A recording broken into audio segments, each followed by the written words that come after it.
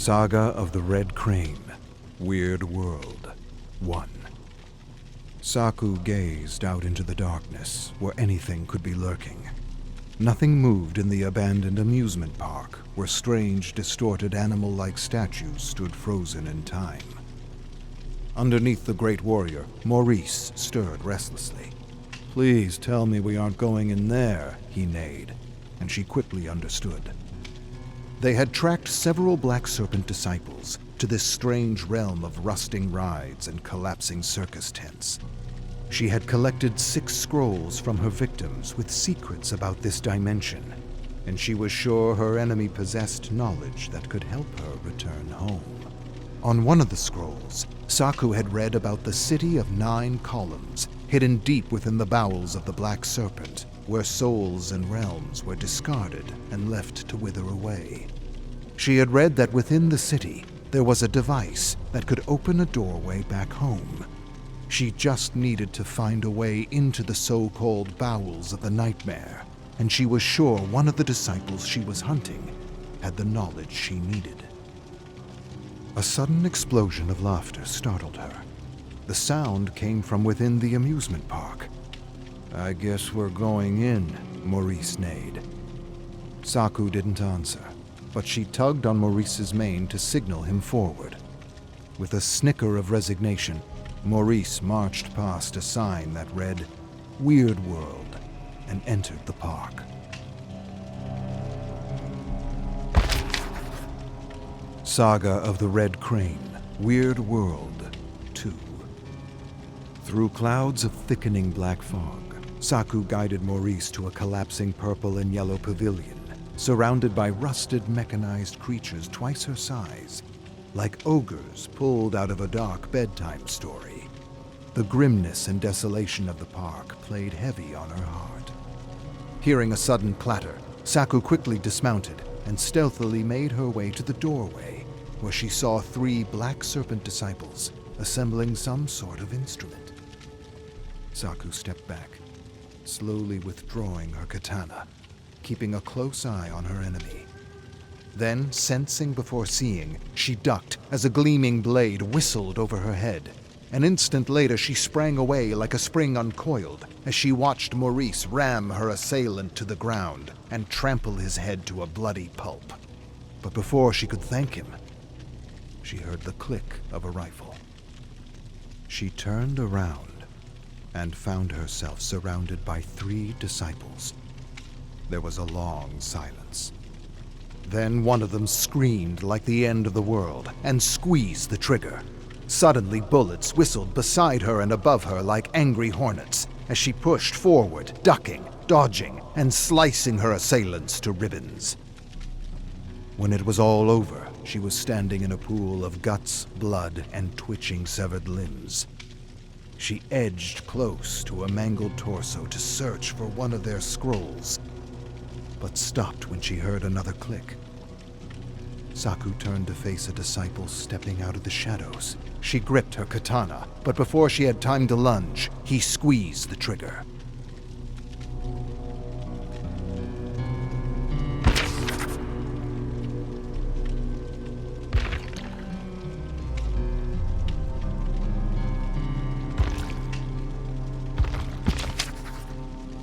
Saga of the Redcrane, Wyrdwrld 3. With a desperate neigh, Maurice thoughtlessly leapt in front of Saku, taking the biting bullet in his side and collapsing to the ground. Just as the disciple attempted to squeeze off another round, a sudden booming robotic laugh startled him, and before he understood what was what, a massive mallet came crashing over his head, sending a splatter of gore in all directions. Staggering backward, Saku raised her gaze to a giant mechanical ogre as he lifted his mallet high over his head and prepared to smash her to oblivion. "Get on fast!" Maurice neighed as he clambered to his feet. Saku didn't need to be told twice. Instantly, she leapt on Maurice's back in one fluid movement. Within moments, they were racing away, with an incomprehensible horror giving chase. Despite the pain, Maurice bolted through the gloom with the massive mallet crashing behind him, shaking the ground like an earthquake.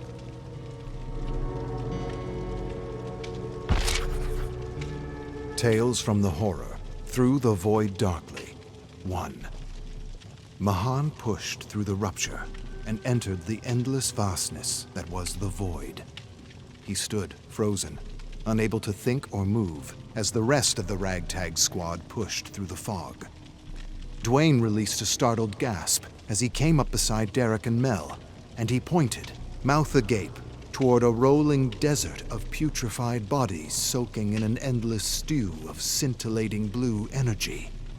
Forgotten memories, dragged up from the blue sea like feverish ghosts and ghouls, and then disappeared in a swirl of fog. Screams, shrieks, sobs, and maniacal laughter overwhelmed them.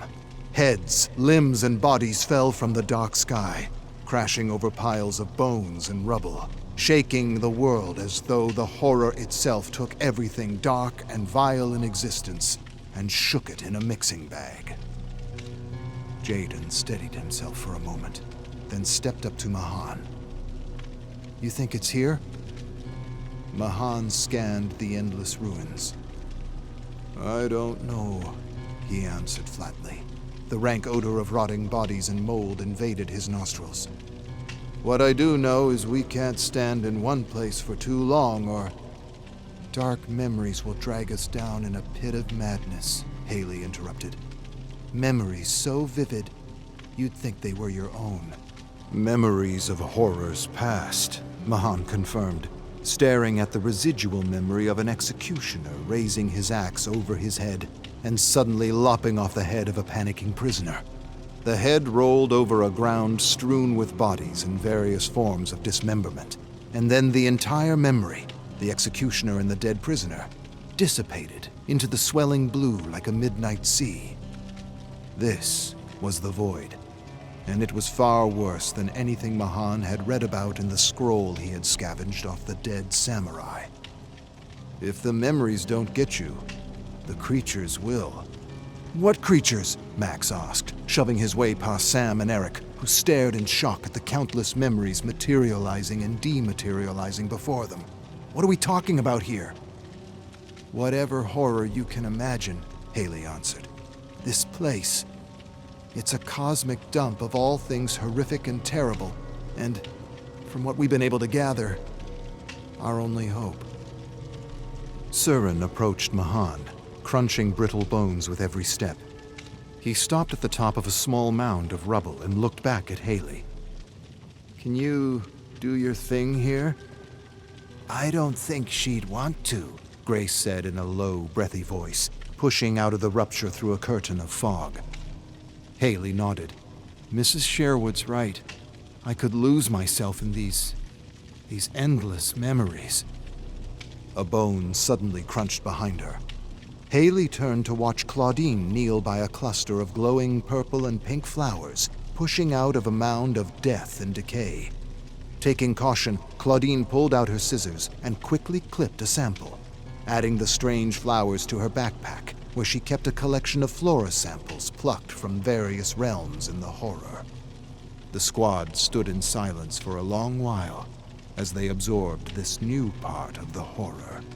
"We should move," Mahan said at last, and he took a small, cautious step forward as he watched the residual memory of a soldier form and rush toward a strange object. Mahan narrowed his gaze. It took him a moment to work out what he was seeing as the soldier stepped on a mine and exploded into a shower of gore and blood. There, in the distance, he thought he saw an old World War I fortress tank. One of the many ridiculous tanks he had seen in a history book. He remembered reading about the fortress tank and laughing at the absurdity of it. He remembered reading that the tank had been designed, but never actually built. Not in his world, anyway. What Mahan knew and what he had learned in this world didn't really matter much. Not anymore. The tank could provide shelter and protection if its huge caterpillar track somehow, by some cosmic miracle, worked. Maybe the tank could provide refuge, just like the ruined tower had long ago. Maybe, like the tower, he would find other survivors there, eking out some kind of existence. In the end, Mahan didn't know what he would find. All he knew is he needed to get his squad out of this sea of dark memories and into that fortress. And so Mahan signaled for attention with his rifle, said a few encouraging words, and led the squad toward the most absurd tank he had ever seen in his life.